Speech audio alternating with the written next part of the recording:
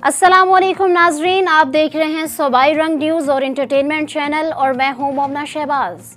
सबसे पहले नजर डालते हैं आज की अहम खबरों पर।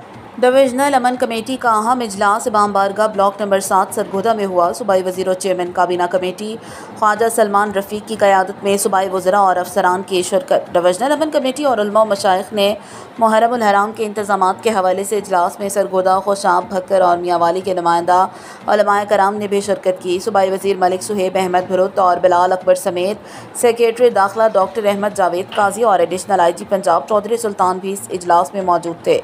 उलमा मशाइख का कहना था इंतज़ामिया सरगोदा का भरपूर साथ है।